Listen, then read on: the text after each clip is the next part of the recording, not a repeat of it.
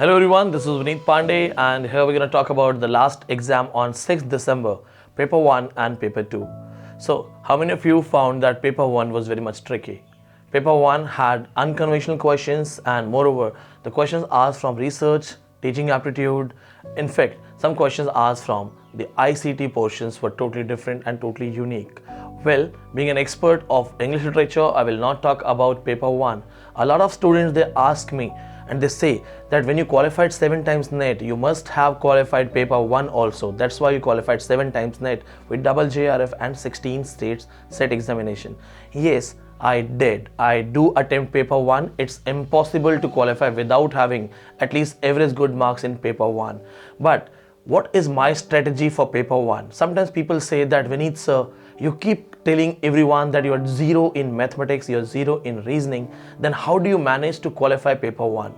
I tell you the truth, this is something very blunt. I am really good in paper 2. I'm really blessed that I have a better understanding of paper 2.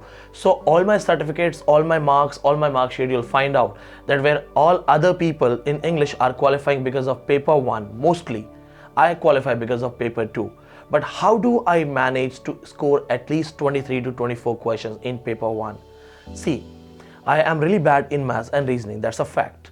But do I attempt reasoning or not? Yes, I always try. It's not that I'm bad so I leave it. I try.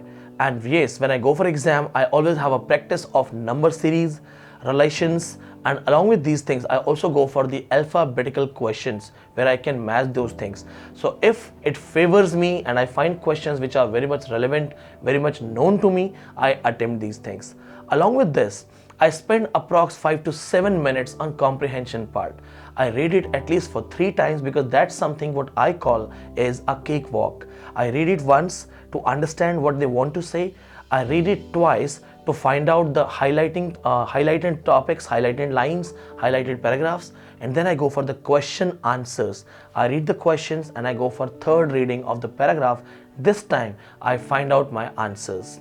Along with these things, I always go for a basic reading of research and teaching aptitude. I always remember ICT developments, higher education, university developments, and all the latest commissions. In short, when I say that I do not prepare paper 1, what I generally do is I revise our notes of Sahitya classes. What we provide our students, it's also a handbook for me. Now, we switch to paper 2. 6th December, you all were in paper 2 examination, and as I told you, especially all my online and offline students from Delhi batch and online students from all over the world, all over India, I want to tell you this thing. I told you that they will avoid world literature. And now you will say, sir, yes, you told us, in fact, that they will avoid world literature, but then why did you make us read 5 writers from all those world literature topics? Because remember, the expert expects the unexpected. So what I believe is that do not go to the exam on the basis of some faith in God, some good luck thing, some tukka thing, some luck thing. Always go to the exam when you're damn prepared and rock the exam. So this was the reason that I prepared you with British history, Americans, criticism, Indian literature. Along with these things, we go in the depth of Indian translation that you found in the exam. And then I prepared you for world literature, and I will always do it. Why? Because what we believe is that experts expect the unexpected. Now, what kind of paper was this? So here I will have 2 different opinions. Opinion of a teacher first, because now I'm a teacher. Paper was below standard, it was too easy, and I personally didn't like the paper. The reason why I didn't like the paper is that my students were prepared for the worst, toughest topics, toughest things, going in the depth of Dalit literature, reading the Indian translation writers, going in the depth of Afro-American theories. They found some questions from British history. Now, as a student, my opinion is yes, it was good, it was easy, it was a cakewalk. When you're finding the paper, university wits, you want them to set them in order. The university wits are in the line, then Dickensian books, set them in order. All my students, they'll be smiling, I'm very much sure. I kept on telling them during the warm-up sessions that Dickens, Hardy, D.H. Lawrence, the writers who have written 5 to 6 great books, they may ask you their books to be arranged in an order. And dear friends, you found Dickens, you found D.H. Lawrence. I taught them Tatler, Spectator, Rambler, Idler. They found it. Steve, it's something easy. We talked about that there were 23 characters telling 24 tales. It's just that what I generally prepare my students for in the warm-up session was asked in question paper. Here I have some questions that I have noted down so that I can tell you these questions were asked in the exam. One of the easiest question was the name of Puritan Empire. So all my students, they know when I teach them what happened during Puritan Empire. It is also known as Iron Government, Parliament of the Saints, Interregnum and Commonwealth Empire. So my students know 4 different names of these things. So this was the easiest question, one of the easiest questions. Johnson's puppet play, then Volpone, Bartholomew Fair, Everyman is Humor. Simple question, simple answer. I told Ben Jonson is very important, Volpone is very important. Then simple question, the invocation of goddess Urania. All my students remember when I was teaching them Paradise Lost, I told you that goddess Urania is invoked by Milton. Milton says, teach me while I'm sleeping. And dear students, you also remember that I told you when he talks about sleep, teach me while sleeping, I gave you the reference of Aldous Huxley's Brave New World and the concept of sleep learning. Then they asked another question, the characters of Lord of Flies. If you remember, I have marked these things in your book. If you remember, I always give you 100 best books to be read. I mark those questions, most important questions. Check your notebooks. If you're my online, offline students, you'll find out that Sir marked Lord of the Flies. It's the easiest question and repeated question. Now, the critic who belonged to culture studies, all my students know that it was the easiest one. We talked about Richard Hoggart. We talked about the writer who dealt with the television discourse theory, Stuart Hall. So these were the very easy question for you. I think it was a cakewalk. Then the 2 works that belong to neoclassical age, like one of the books was from Samuel Johnson's, then someone was Keats, someone was asked from Ring and the Book of Victorians, Browning. So I remember, if you know Samuel Johnson that I taught you Vanity of Human Wishes 1749, you can answer these things. The correct sequence of Tatler, Spectator, Examiner, I taught you about TSRI series, Tatler, Spectator, Rambler, Idler. Then the critic who belongs to deconstruction, Derrida and Paul Deman, simple answer. Then this is one of the best questions that I actually smiled in the class. And when I was also attempting this, the tale where a Jewish boy killed. All my students properly in Delhi batch will remember that in the warm-up session I asked you, who sings the song O Alma Redemptive Soul? You know that a boy was singing Satan Goes to Jews.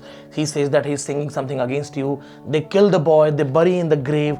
Lady searches and finds that the boy is dead but he's still singing. You will find out the same thing. I am really happy that the questions were not even from the depth of the note. They were from the warm-up sessions. बच्चों को जो वैसे याद करवाता हूँ मैं बातचीत में. And then jazz is again simple American thing. Then angry young men movement, the most important. One of my students, she called me from Jaipur. Sir, what should I read in angry young men movement? She said that other YouTubers are telling me 20 writers. I just said read 2 or 3. Kingsley Amis, John Osborne are more than enough. And you found John Osborne and Kingsley Amis. Kitchen sink drama, very simple questions were asked. Hector appears in Troilus and Cressida, simple question. T.S. Eliot's murder. Guys, why I'm smiling because all these questions are the warm-up session questions. I asked these guys that if they do not ask poetry of T.S. Eliot, they will ask you 4 works to set them in order. And then Tatler appears thrice a week, Tuesday, Thursday, Saturday. All my students were prepared with these things. Now, this is the message that has been sent to me, one of my best students. He said that these were the questions I actually found and a lot of questions were there. Now, the question is, what will be the cutoff? First of all, the cutoff is not in the hands of YouTubers. What people do, we make videos. But I must tell you, being a teacher coming from University of Delhi background, my moral ethics, they don't allow me. But why do I still tell you? Because if I will not tell you, there are a lot of people, they will confuse you just to have views and viewerships and subscribing. See, first of all, cutoff can go high. Why?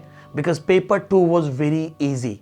Now, can we say cutoff will actually go high? No, paper 1 was very tricky. So what I believe is that cutoff will be of general category would be around 57%. Last time also when I attempted my NET exam, I also attempted NET exam when I qualified for the 7th time.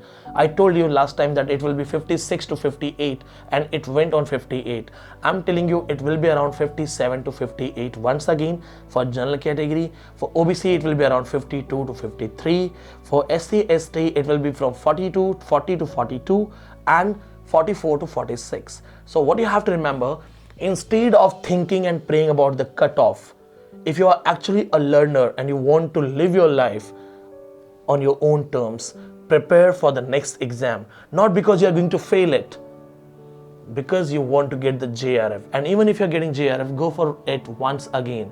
Sometimes I tell my friends that why in 130 crore Indians, not even a single JRF is teaching coaching classes of NET JRF. Why it's just me? Why it's just me coming from University of Delhi? Because most of the students, they qualify and they think that we are done, we should not try. Try for the sake of knowledge, for the sake of learning, so that when you face people on live mode, live video sessions, you can answer these things. Along with these things, all the students, those who are confused now, what to study, how to study, wait for the next video. I'll be telling you about how to study for next 6 months, what should be the preparation strategy. Along with these things, you can contact me on my number 8587035827. And if any of you wants to discuss something special with me regarding the MPhil, PhD or future plans, you can ask these people to connect you to Vineet Pandey directly. Now, one more thing, the last thing that I want to tell you, the education channels, they always work on the demand of the students. So whenever you have a query, you want to know something regarding the future, PhD, jobs, assistant professor, pattern of exam, everything will be answered if you just go in the comment and write it there. You can also do that write the comment, write your name, and if you want to give your number, you can give it there. Otherwise, you can text us on WhatsApp. Friends, this is Vineet Pandey, 7 times NET qualified, double JRF, 16th set, and on camera I'm announcing I'll be qualifying 17th set when I will appear in coming Gujarat set exam. In the month of January, I will be appearing in West Bengal set exam, and this is how I'll be scoring 18th set exam. So technically from 16th set, I will go for 2 more set examinations in coming days, December in Gujarat set, January month West Bengal set, and I will qualify all those things. If you want to learn from me, if you want to have the confidence like me, you can join us to be the part of the most elite course and learn from the people those who actually have touched the sky. And I'm still flying because there is no limit of the sky. So thank you so much. Subscribe the channel if you like us, if you like my videos, and if you want to say that yes, Vineet sir, you inspire us. Subscribe the channel. Thank you so much. God bless you all.